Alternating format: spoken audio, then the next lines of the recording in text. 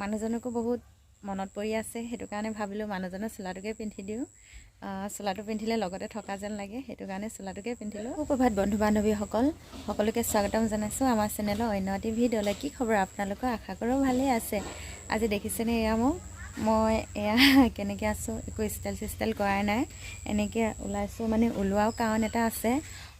এয়া দেখিছে মানুহজনৰ চোলাটো পিন্ধি আছোঁ। মানে কিয় পিন্ধিছোঁ, ঠাণ্ডাও হৈছে না, সেইটো কাৰণেও, আৰু মানুহজনকো বহুত মনত পৰি আছে, সেইটো কাৰণে ভাবিলোঁ মানুহজনৰ চোলাটোকে পিন্ধি দিওঁ। চোলাটো পিন্ধিলে লগতে থকা যেন লাগে, সেইটো কাৰণে চোলাটোকে পিন্ধিলোঁ। সেয়াই আৰু এতিয়া ষ্টাইল কৰিমগৈ। ষ্টাইল কৰিলে এইটো খুলি দিম, মানে সেইটো কাৰণে ভাবিলোঁ ষ্টাইল কৰাৰ আগতে আপোনালোকৰ আগতো কথাটো অলপ শ্বেয়াৰ কৰোঁ, যিহেতু মোৰ মনত মানে খুব মানুহজনক মিছ কৰি আছোঁ, আৰু এই চোলাটো পিন্ধাৰ কাৰণে বহুত ভাল লাগিছে। সেইটো কাৰণে মানে আপোনালোকৰ আগতো শ্বেয়াৰ কৰিলোঁ। এয়াই হ'ল প্ৰেম ভালপোৱা, পবিত্ৰ হৃদয়ে যিয়ে কৰা যায় সি সকলোখিনি বুজি পোৱা যায়। সুখে দুখে মানুহজনৰ লগত থকা, মানুহজনক দুখতো এৰি নোযোৱা, সেয়াই আৰু অসম্ভৱকো সম্ভৱ কৰিব পৰা, সেয়াই হ'ল প্ৰেম ভালপোৱা।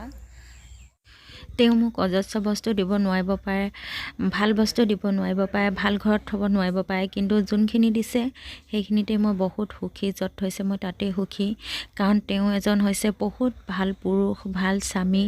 তেওঁক পাই মই বহুত ভাগ্যৱান বুলি ভাবোঁ নিজৰ। তেওঁ পৰা মই এটাই আশা কৰোঁ, তেওঁ সদায় সুখত থকাটো, তেওঁ সুখত থাকিলে মোৰ বহুত বেছি ভাল লাগে। সেইকাৰণেতো ইমান দূৰৰ পৰা ইমান দূৰলৈ আহিছোঁ, আপোনালোকে নিশ্চয় গম পাইছে। কথাবিলাক একদম সৰুকৈ কৈছোঁ, কিয়নো ইয়াত মানে ডাঙৰকৈ ক'বলৈ বেয়া লাগে আৰু, সেইটো কাৰণে সৰুকৈ কৈছোঁ। আমাৰ ধান মাৰি আছে, বলকচোন চাবলৈ যাওঁ। এয়া দেখিছেনে, নানীয়ে ধান মাৰি আছে। এয়া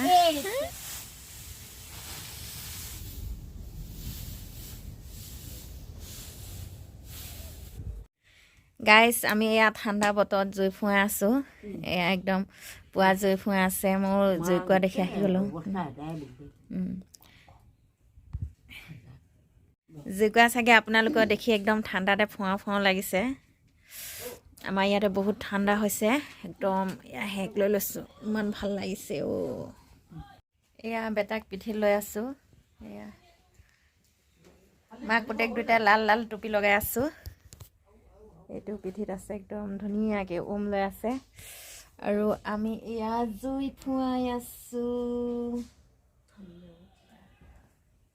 গাইজ, এয়া আমি দোকান আহি আছোঁ, 4টা বাজি গ'লে। গধূলি বজাৰ কৰিবলৈ আহিছোঁ। মই বাৰু পাৰিলে অকণমান দেখাম, চাই থাকক। এয়া মই বাকী বস্তু লৈ এতিয়া মাছ লৈ আছোঁ। এয়া মাছ কাটি আছে, বাকী বস্তু লওঁতে দেখাব নোৱাৰিলোঁ আৰু। এয়া আমি ৰাস্তাটো পাৰ হৈছোঁ, আৰু নাই গাড়ী আহা, আৰু এয়া মই বজাৰ কৰি আহিলোঁ। এয়া গাড়ী গৈ আছে, গাড়ী আহিছে। গাইজ, এতিয়া মই দোকানৰ পৰা আহি গৈ এয়া চাহ খাবলৈ লৈ আছোঁ। এতিয়া চাহ খাম মই।